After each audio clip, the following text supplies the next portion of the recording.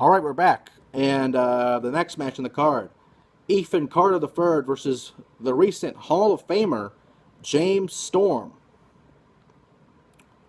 And it'll be a strap match. I did not know if it will be one where you have to touch all four corners, or if it's just pinfall or submission. It didn't really say.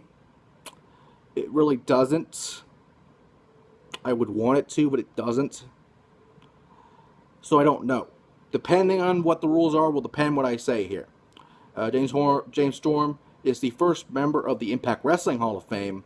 I say that because TNA is technically dead, as we've mentioned earlier, and has been transformed to the Impact Wrestling. So the last members of the TNA Hall of Fame, I believe, are Gail Kim, Jeff Jarrett, Earl Hebner, maybe Mike Tenay as well.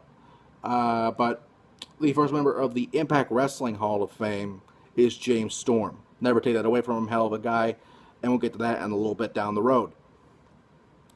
But I feel like it depends. It depends if this is touch all four corners or if it's pinfall or submission. If it's touch all four corners, James Storm might win. If it's pinfall or submission, EC3 might win. It depends on what the rules are, and they don't really state what they are. So that's hard to figure out what's going on. Next up, this match.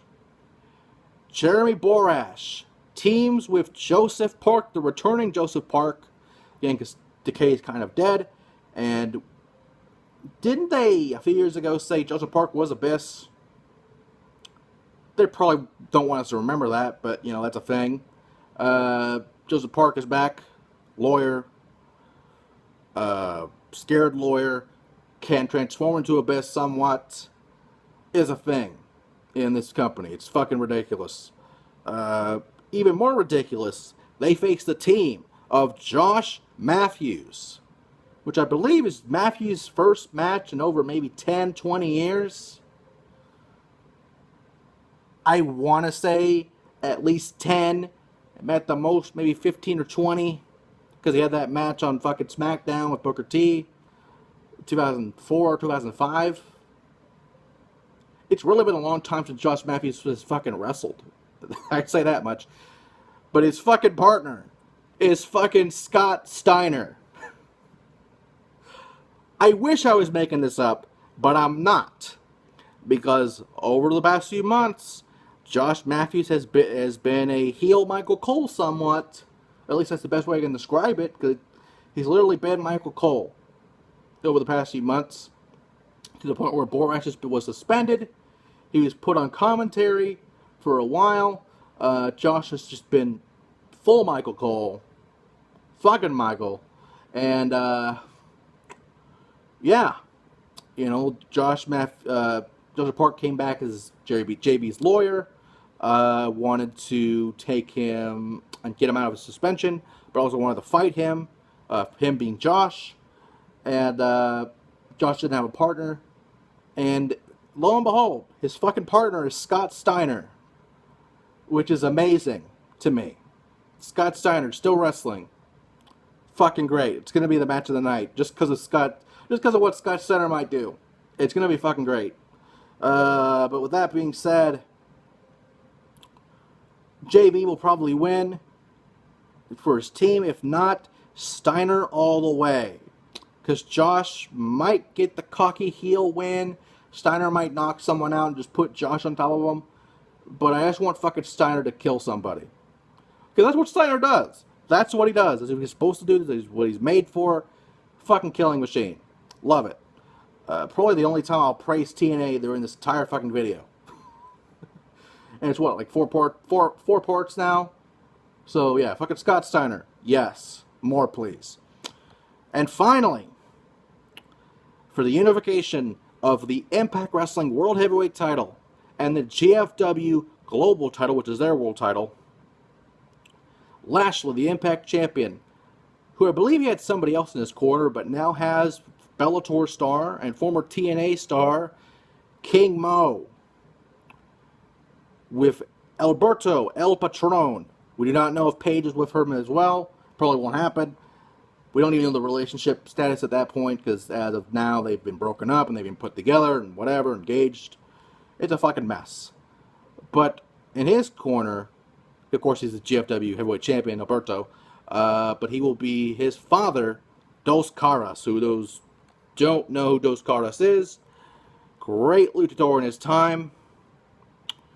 Probably best known in CMLL, in FMW, in the WWA, in UWA.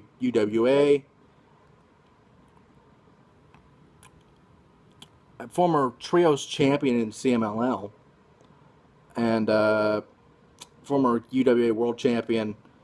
And, you know, legendary mask versus masks matches. Honestly, I don't know any of these motherfucking people. I do know there was a mask versus hair match against Suji Saito. I know that much. I remember watching it a long time ago. But, a lot of people I don't fucking know. You know, this was a time back then when CMLL was still pretty high in the wrestling world, and still is. One of the oldest promotions in the world. Can't take credit away from him. But, you know, he's really old at this point. He's about 66, 67, 66 maybe.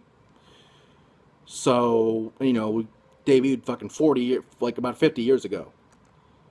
A great talent, nonetheless. Alberto, of course, being formerly back in the day of Dos Caras, being known as Dos Caras Jr., so this makes sense. But to the regular wrestling fans, and God bless any fans that watch Impact, but they won't know who the fuck he is unless they've already introduced them. I don't know. But they will be in the King Mo and Dos Caras will be in the corners of both men. Mo being in Lashley's corner. Alberto having his father in his corner, obviously. Now, with the GFW title, it's a fucking mess. Because Magnus used to hold the belt. Alberto won the belt, but had to give it... no, he beat Lashley for the World Heavyweight title in TNA.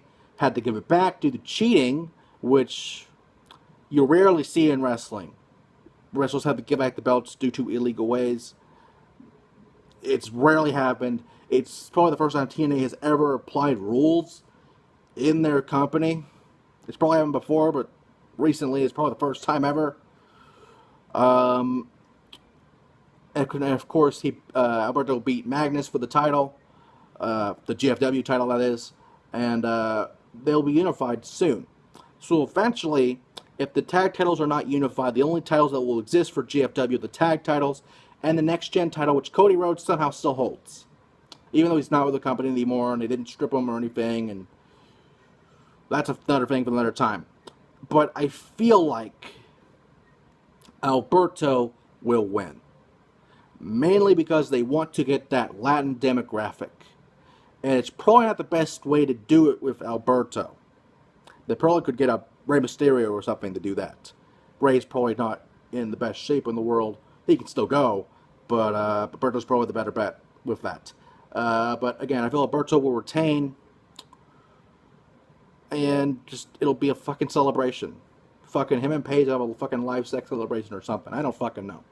I don't even think that'd be allowed, but you never know. It's TNA, so it could happen. So with that, this has been your clusterfuck for Slammiversary this Sunday. And if Impact survives this, God help us all.